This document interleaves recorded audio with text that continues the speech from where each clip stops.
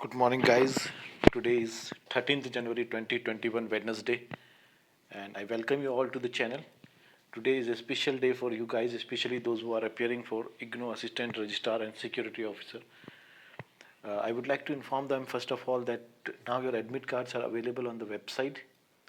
Okay, so you guys can go and download your admit card. What you supposed to do for that, first you visit the official website. On that it will demand to you for application number and your date of birth. When you fill this both the things, then there will be another page open, and that will ask you some basic information about COVID things. Okay, if you have been traveled to somewhere or this and that and blah blah kind of stuff.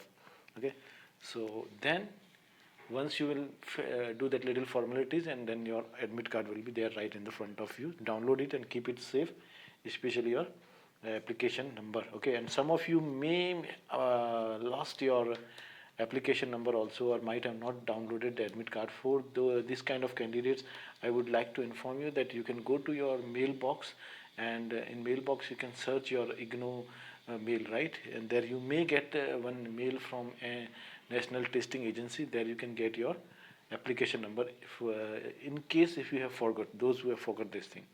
Okay, all right. Anyway, now today we are going to discuss about another important topic from our exam point of view, and this topic is going to be little I can say lengthy today. Okay, because there is a lot of content to discuss today. Okay, so we are going to discuss today about authority and its meaning and definition first of all. Okay, and the topic which is given in your Ignou is authority and responsibility. So first we are discussing about authority, what authority is. All right, guys. Now, authority is the foundation of administration in public life. It is normally exercised in a formalized structure of hierarchy in an organization. It is legitimate power to influence the behavior of a person or a group of persons. Okay, according to Max Weber, authority is willing and unconditional compliance of people resting upon their beliefs that it is legitimate for the superior to impose his will on them, to illegitimate for them to refuse to obey. Okay, this is what Max Weber said. Okay. And another one, Henry Foyle, what he said, he defined authority as the right to give orders and powers to exact obedience. Thus, authority is the legitimate right to command or influence the other to behave towards the attainment of the specific goals of an administrative system. All right. In the administrative system, each position has a specific rights that job holders acquire from the title of the position. Okay, as another learned person, Ellen, puts, what he says, that authority is the sum of the power of rights entrusted to make possible performances of the work delegated. Okay, and delegated in the sense means work given. However, authority is not just confined to the commands, rights, and instructions of superior in organization. The other equally important side of authority is obedience and acceptance. Okay, so guys, this is important here, that what is the another side of it, that is obedience and acceptance is very important part of your authority. All right, let's see it. Now what the Chester Barnett says, he said that Chester Barnett was one of the writers who had recognized the importance of obedience and acceptance in the organizational process.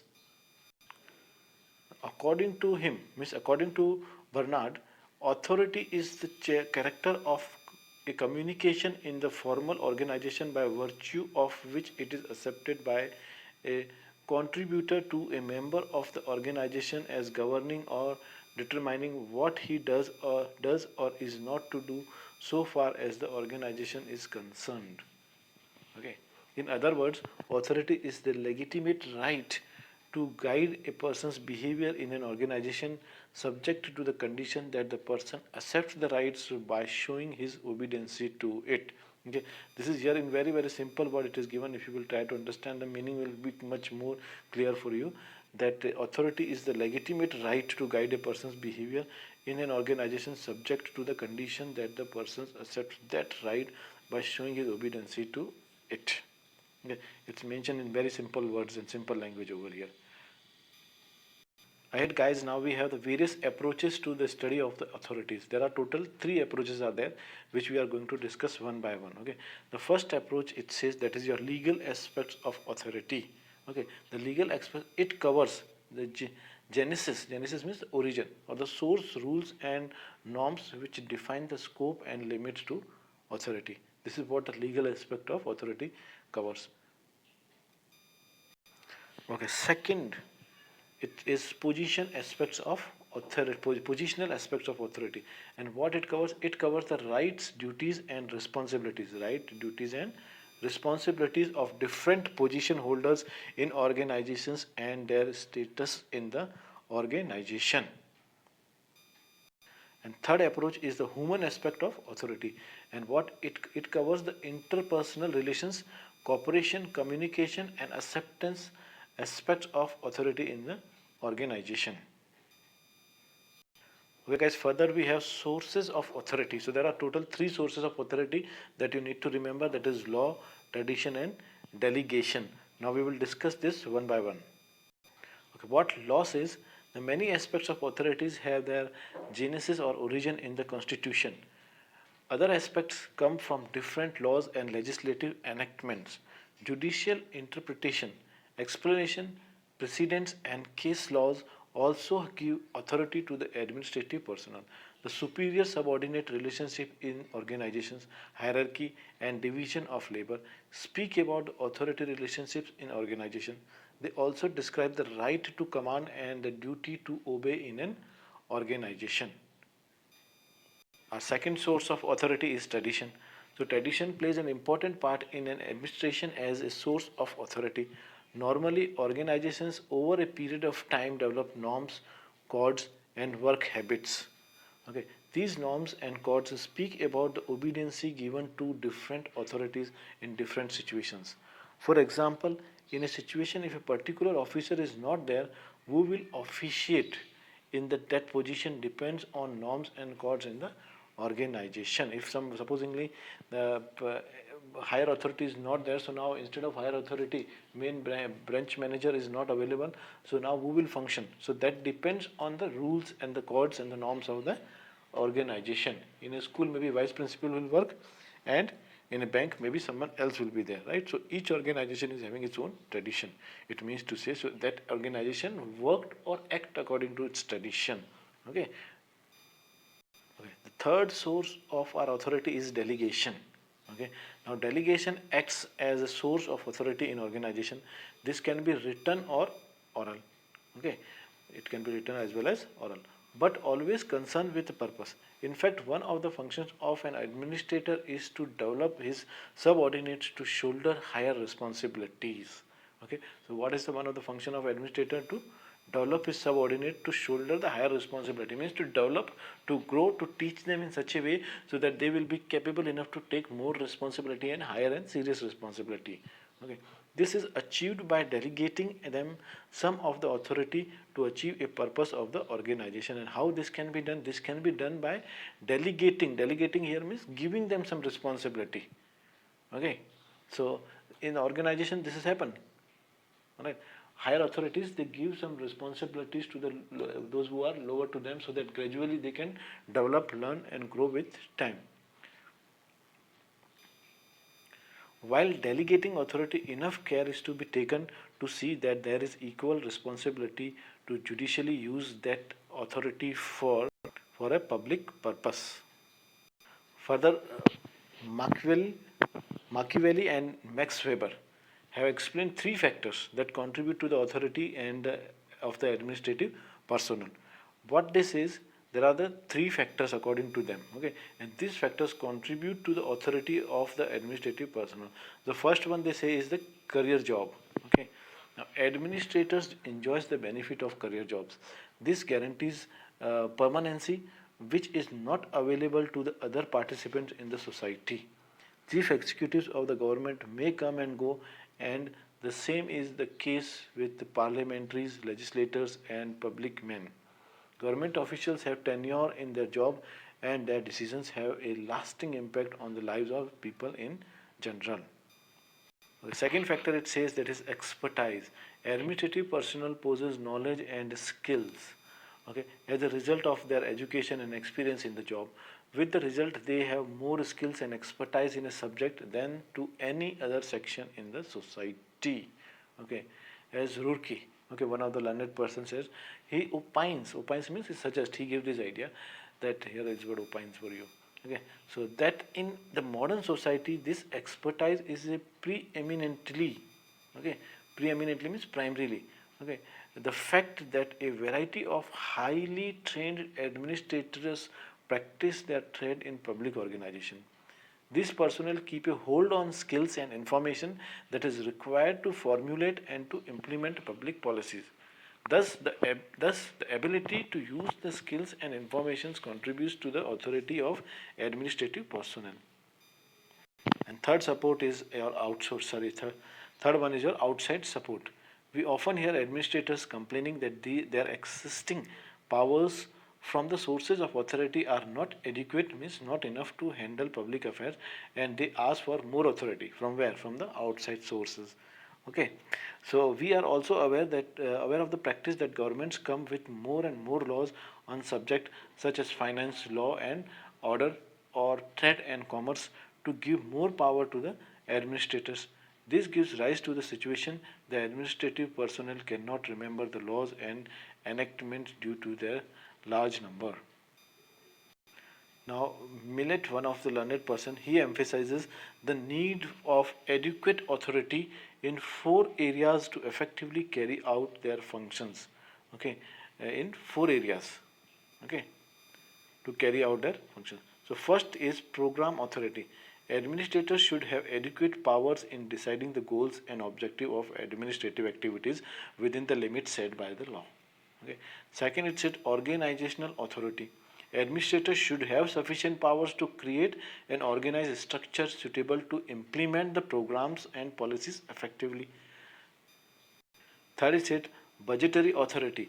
Administrators should have powers to determine budgetary needs. Okay, means the budget related things as per the program objectives and priorities. Okay. The fourth one is your personnel authority. Now, administrators should have adequate powers to appoint personnel, assign them suitable tasks and function, and to appraise their performance periodically, means to check them whether they are actually working for the organization or just doing time pass or whatever it is, right? Or maybe they are misfit or what. This is their responsibility to find it out. They should also have powers to reward and take disciplinary action. Okay guys, now in the series we have our next topic of discussion here, that is about responsibility. We have discussed enough about authority, now responsibility. What are the responsibilities, right? As your topic is about authority and responsibility. So let's see the responsibilities. Responsibility is the obligation to carry out certain duties. Okay, that is called responsibility. Means certain duties have been given to you and you have to perform that. It has an inseparable relationship with authority. Without authority, it is not possible to take up responsibility. Okay, until and unless we do not have any authority over our head, we do not like to do our work. Okay, we wait for the command. Okay, so that is what it's saying. That is, authority is required. An administrator, while giving authority to his subordinates, should also make them responsible for exercising authority judicially and purposefully. Responsibility is of two kinds, which is operating responsibility and ultimate responsibility. Okay, this is of two kinds. You guys need to remember. Okay, one is your operating responsibility, another is ultimate responsibility. An administrator can delegate. Okay, means he can give operating responsibility to his subordinate, but not the ultimate responsibility. Okay, so operating responsibility can be given to someone, but not the ultimate or the main responsibility. The ultimate responsibility can never be delegated, means it can never be handed over to others. Okay, the three concepts of authority, responsibility and accountability are the integral parts of the process of administration. Authority is what? Authority is the right to command, Responsibility is the duty to carry out. This is what the difference is, okay? Authority is the right to command and responsibility is duty to carry out. This is the main difference between what is authority and what is responsibility. When you are an authority, so you have a right to give command, okay? But when you have responsibility, it means you have duty to carry out, okay? And accountability is the term used to denote the proper discharge of the duty. And what accountability means? Accountability means you are accountable for something. It means it is your responsibility to discharge that particular duties. You have to finish this work. Okay. In letter and spirit. In letter spirit means whatever is written as your duty, and also from your it should be inside in your spirit that yes, I have to do my work. Okay. Like for example, you are preparing for your exam, you have books, your material written form with you, but there should be a spirit in you to work hard on it. Alright? A person's responsibility is complete only when the duties are done according to the letter and spirit of the command. Okay, now let's see further that according to the traditional administrative theory, there is a distinction between two forms of authority relationship. Okay, that is known as called line authority and staff authority. Now, what is this line authority denotes and direct ultimate responsibility of achieving result. Okay, that is called your line authority. This is the ultimate responsibility. Line authority is denotes the direct and ultimate responsibility of achieving the result. On the another hand, we have the staff authority. Staff authority is a supporting function in helping the line authority in its endeavor. Okay, and what is endeavor? Endeavor means it's project, future projects. Okay, now we have the types of responsibilities. So responsibility in the administrative process is of three types. How many types the responsibilities are of? Three types, that is political responsibility, institutional responsibility and professional responsibility. Let's discuss first with the first one, that is political responsibility. What is political responsibility? In a parliamentary system of government, the most important control on the administration is political responsibility. There is ministerial responsibility for the action of a ministry and the department under it for their actions and functions. The ultimate responsibility for the success or failure rests on minister concerned. This acts as a control device on the functioning of administrative agencies and offices under a department in a ministry. The minister, as a political functionary, provides guidance in policy matters, and the implementation is given to the administrative agencies of different types, including the public enterprises. The political head is ultimately responsible to the chief executive and to the legislature for the working of the administrative machinery under his control. The responsibility will bear fruit. Bear fruit means give fruit in the future. Okay, only when there is a cooperation from the administrative machinery comprising a large number of officials at different levels. If the officials are not cooperative, okay, in any organization, okay, the minister concerned has to face the circumstances for non-performances. So who will face? The minister will face the circumstances. Okay, from the chief executive and the legislator. In extreme cases, the minister concerned may have to make an exit in view of political responsibility for performance. To make the political responsibility of due minister fruitful and purposeful, the official machinery has to cooperate with his policies and programs, which are actually the policy of programs of government of the day. Okay, our second kind of responsibility is our institutional responsibility. What is institutional responsibility? Let's see. An administrative agency or institution has to be responsible and responsive to public welfare. Okay, otherwise it may be difficult for it to exist in the long run. In other words, in its own interest, it has to be responsible and work in public interest. Okay, any institution is there, so that institution has to be responsible and work for what? For public interest. If the organization is not working for the public interest, then it may not survive. Okay. We have examples of reorganizations of official agencies by mergers and integrations to meet the public needs. Some organizations and institutions in course of time become self-centered and work for themselves, ignoring the fact that they exist to serve the people. Such institutions will face problems of survival in the long run.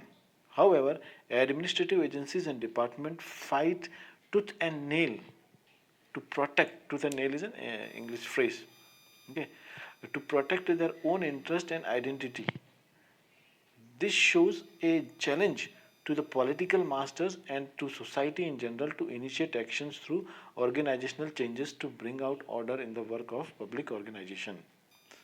Okay, the third kind of responsibility is our professional responsibility. Okay, when compared to the past, today a number of specialists such as doctors, engineers, scientists, accountants, company secretaries, lawyers, and a host of other specialties and professionals are entering into the administrative services and public enterprises. All professionals, they have ethics and codes of conduct, okay, which they have to maintain in discharging their duties. Okay, so professional responsibility includes what that it says that all the professionals, they have ethics and codes of conducts which they have to maintain in discharging their duties. Like for example, a doctor is there and a doctor is transferred to a village area, so he cannot neglect his duties over there. Okay, he has to maintain his ethics, he has to maintain his codes. Okay, and while maintaining this thing, he has to perform his duties. He cannot say or he cannot deny to it. Okay. Moreover, professional institutions also enforce discipline and responsibility on their members. Okay, in extreme cases, professional institutions terminates the membership of a person when he is found guilty of malpractices. Okay, there are also instances of professionals in the public services quitting their job when it comes to the question of professional standards and integrity. The ethical responsibility is not just confined to the technical personnel only. Nowadays, administrative personnel and civil servants have developed a professional status and they go by standards and ethics. This is a welcome feature in civil services. Professional responsibility is more effective enforced by the individual conscience of administrative personnel about what constitutes ethically accepted behavior and conduct. Okay, guys, now with this, we have done with one of the crucial topic, that is authority and responsibility. Now you guys know what is authority and what is responsibility, what are its features, what are its type. Everything has been explained well in this video. Now it is your duty, your responsibility to go through carefully to it. All right, and my best wishes are there with you. And don't forget to download your admit card from official website, that is https://recruitment.nta.nic.in. Okay, I know today's topic was a little bit longer, but we have to do it, otherwise we won't be able to finish it, right? So somehow we have to do. So there is one saying in English that you have to die if you want to see heaven. So if you want to crack the exam, you have to work hard on this. All right, best wishes ahead and have a nice day. Bye bye.